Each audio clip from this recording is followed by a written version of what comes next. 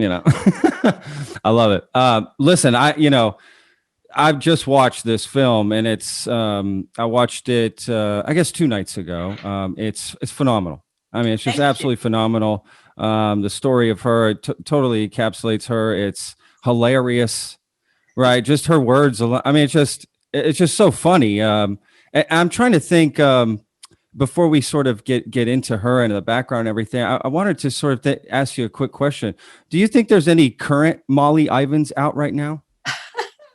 Well, Patrick, everybody asked me that question. And I actually asked everybody I interviewed starting in 2012, who can fill, Molly's, size 12 shoes. And, it's the same. There really is nobody who does what she does to that extent.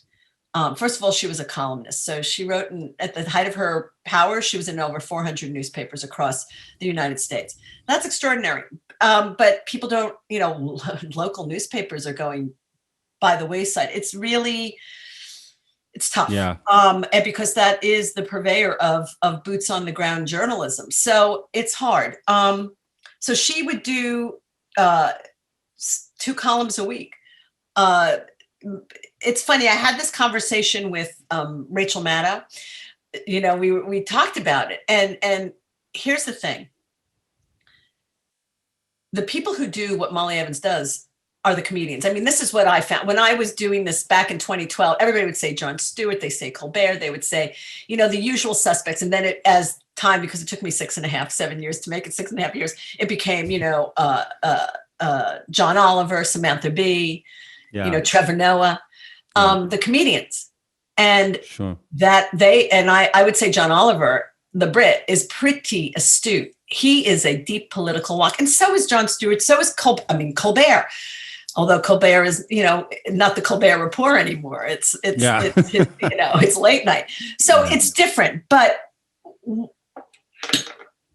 what Molly did, she did all on her own. The comedians have writers' rooms. You have to have the investigative journalistic piece to be able to do the joke. Yeah. So Molly did this all herself. She probably had a stringer every now and then. She also had her chief of staff, Betsy Moon. Y'all, Betsy, if you're listening, because this is coming from Austin, and all Molly's peeps who are in Austin. Y'all, all y'all. I love it. Anyway, so who does this? I mean, who does this? There are some young writers coming up that journalists have told me about that have the spirit of Molly Ivins. There's Connie Schultz, who still is in print. She's married to Sherrod Brown in Ohio. She actually won. She was one of the at the Molly Awards, the recipient of it. Back when we first started this project, and she has a similarity in her tone and in her writing. There's a gal named Lauren Duca who's out of New York who's got that same wry. She nails them to the wall. This is Hollywood, but she's got that New York undercurrent. Yeah. So there are people, but really, when I am asked this question, what it really boils down to is, if you see my film, which I hope all y'all who haven't seen it do see it. Yes. Go to towards the end. There's a lot of protests, and we finished it before Black Lives Matter. Otherwise, that would have been in there too. You'll see on the front lines a lot of young faces. Those are the next Molly Ivins. They're birthing right now. They've got a fire in their belly. The pilot is lit, and this country is being handed to them.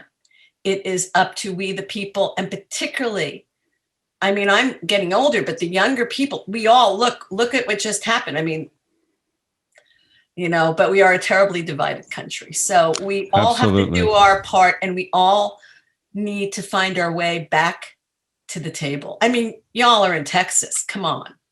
I mean, Molly came up at a time where you agreed to disagree, or you just disagreed and it didn't matter. You went and had a beer and, Yeah.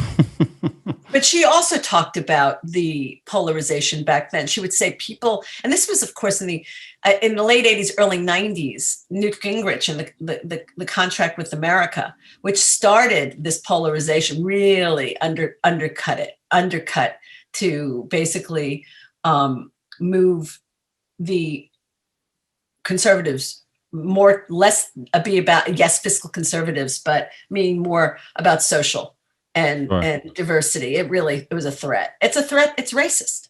It always has been. And it is top to bottom. And that is about caste. That's top to bottom. Who's on the bottom? Yeah, absolutely. If you got the right skin color, generally chances are you're on the top. So absolutely. Especially in Texas. But Texas is the blueprint for America. How many books have been written about that? Yeah, right. Lawrence Wright just had God Save Texas, came out last year. Gail Collins, As Goes Texas, So Goes the Rest of the Country. I'm probably getting the titles wrong, but there's been numerous. And Molly said Texas is the national laboratory for bad government. Yeah, I love that quote. It's true. But Texas is also, Houston is the most diverse city in America. That's so crazy. Texas is a blueprint. It really is a blueprint. And I would say California to some degree, whereas you guys are more red. Obviously, we're more blue. But we are a state of immigrants.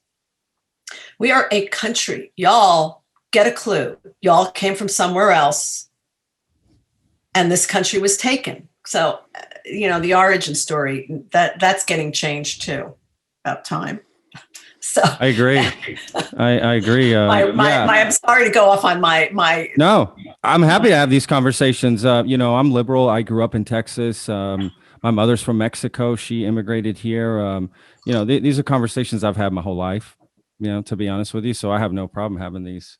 Even in my home, there would be disagreements. My father's from St. Louis. My mother's from Mexico City. So, even my father married to, had issues sometimes with the immigration and things. And I remember having in our living room, we'd be having arguments like, Dad, don't you see what, Mom came from Mexico? Like, we're your children. We're, we my brother was born in Guadalajara.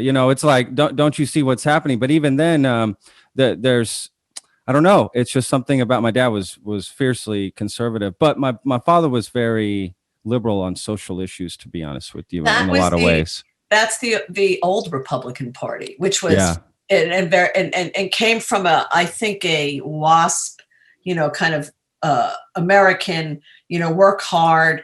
Everybody should get a fair shake on some level. And I think that a lot of the old guard of Republicans were fiscal conservative, but socially more progressive. And that changed because of, Molly talks about it in The Great State. What is it? The triumvirate: machismo, anti-intellectualism, and an overt display of religiosity. And George Bush ran on that. And that's what he did as governor. That was the blueprint. Molly wrote Shrub to basically show what he had done as governor, which was not much because he doesn't like governance. And of course, in the great state, it's the lieutenant governor who wields the power.